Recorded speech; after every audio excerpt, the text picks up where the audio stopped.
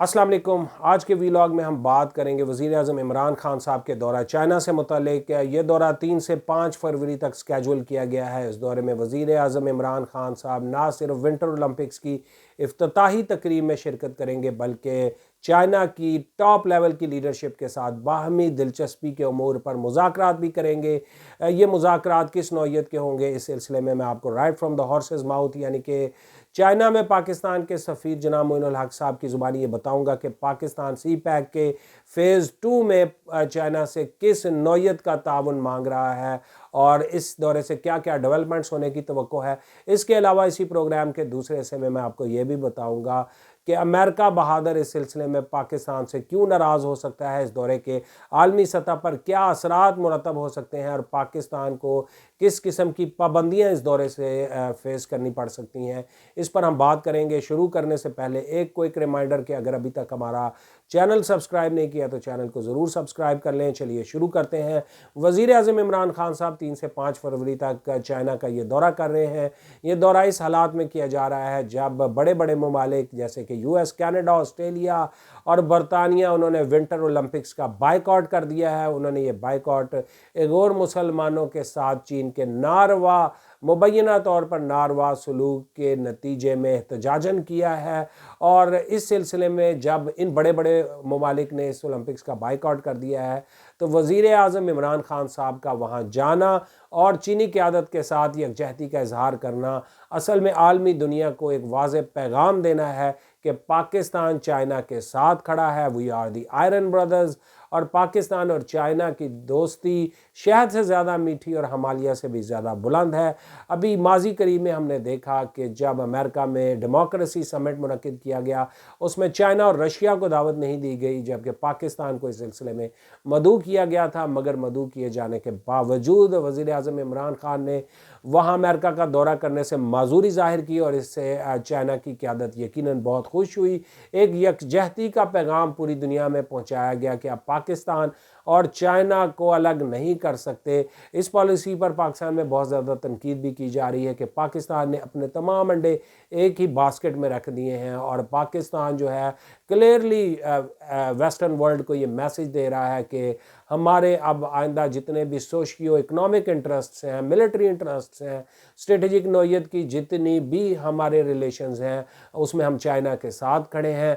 Even इसका जो after effect Pakistan को देखना पड़ रहा है उसमें पाकिस्तान के ऊपर इकनॉमिक पाबंदियाँ IMF की तरफ से तारीख का सख्त तरीन प्रोग्राम जिसके जारी करने में IMF ने पाकिस्तानियों की बिलाशुबा चीखें निकलवा दी हैं और टैक्सेस का और महंगाई का एक तूफ़ान है जिसका सामना पाकिस्तानी अवाम को करना पड़ रहा है। नाजरीन, मैं कोई इमरान खान साहब की हुकूमत का एडवोकेट तो नहीं हूँ, लेकिन मैं ये ज़रूर समझ सकता हूँ कि ये जो हालिया मुआशी सख्ती पाकिस्तान पर आ रही है, IMF ने तारीख का सख्त तरीन प्रोग्राम पाकिस्तान को ऑफ़र किया है और पहली दफ़ा जब तक तमाम अहदाफ मुकम्मल नहीं कर लिए जाते IMF आगे किस्त रिलीज़ करने से इनकारी है। इसके अलावा फैटफ में जो पाकिस्तान को बिला वजह लटकाया जा रहा है, ये सब इस सूरत हाल की तरफ इशारा करता है कि अमेरिका और दीगर ममालिक पाकिस्तान को मुआशी तौर पर जकड़ने की तैयारी में है।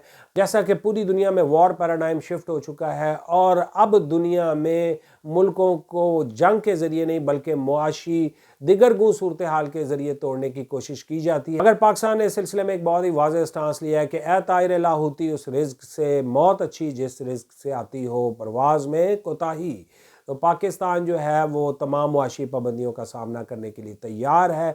इस सिलसिले में हम सब पाकिस्तानियों को ज़हनी तौर पर तैयार रहना होगा। अब अगले हिस्से में हम बात कर लेते हैं कि पाकिस्तान के लिए सी पैक का फ़ेज़ 2 कैसे तब्दीलियाँ ला सकता है। उस सिलसिले में पाकिस्तान के चाइना में सफ़ीर मोइनुल हक साहब से एक आलमी मुअक्कर जरीदे ग्लोबल टाइम्स के कॉरेस्पॉन्डेंट ने जब सवाल किया कि पाकिस्तान सी पैक के फ़ेज़ 1 की तरक्की और कारकर्दगी से कितना मुतमईन है, तो मोइनुल हक साहब बहुत ज़्यादा मुतमईन थे।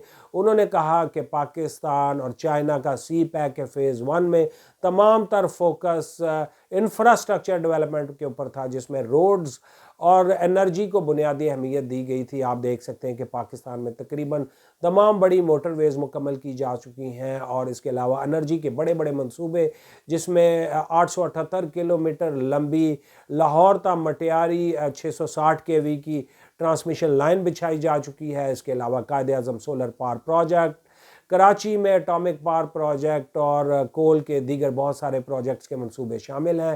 اس کے علاوہ بہت سارے ڈیمز پاکستان میں تعمیر کیے جا رہے ہیں چائنا کے تعاون سے۔ اور اب فیز 2 میں پاکستان چائنا سے technology transfer, agricultural modernisation, science and technology cooperation, industry relocation اور well being of common man of Pakistan, اس کے بارے میں پاکستان تعاون چاہتا ہے۔ لاکھوں نوکریوں کے روزگار کے مواقع یہاں پیدا ہوں گے۔ بہت سارے انڈسٹریل زونز پاکستان میں بننا شروع ہو چکے ہوئے ہیں۔ چونکہ پاکستان ایک ایگریکلچرل اکانومی ہے تو پاکستان چائنا سے یہ چاہ رہا ہے کہ ایگریکلچرل اکانومی کو ماڈرنائز کرنے میں، جدید مشینری اور کے ذریعے زیادہ پیداوار حاصل کرنے میں چائنا پاکستان کی مدد کرے۔ اس کے علاوہ پاکستان میں جابز کے مواقع پیدا کیے جائیں اور اس سلسلے میں زیادہ سے زیادہ انڈسٹری پاکستان میں ریلوکیٹ کی جائے۔ چائنیز سرمایہ کاروں کو اس بات کی ترغیب دلائی جائے کہ وہ پاکستان میں آ کر اپنی انڈسٹری لگائیں۔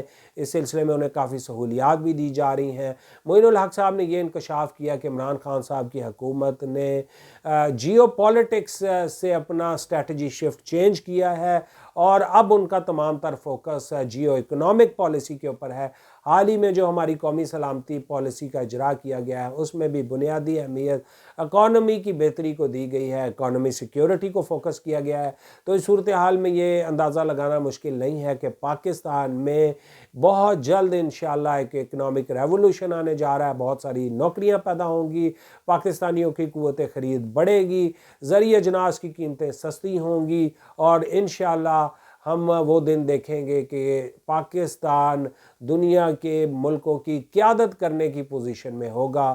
آج تک کے لیے اتنا ہی، انشاءاللہ اگلے ویلاگ کے ساتھ پھر حاضر ہوں گے۔ اپنا خیال رکھیے گا۔ اللہ حافظ۔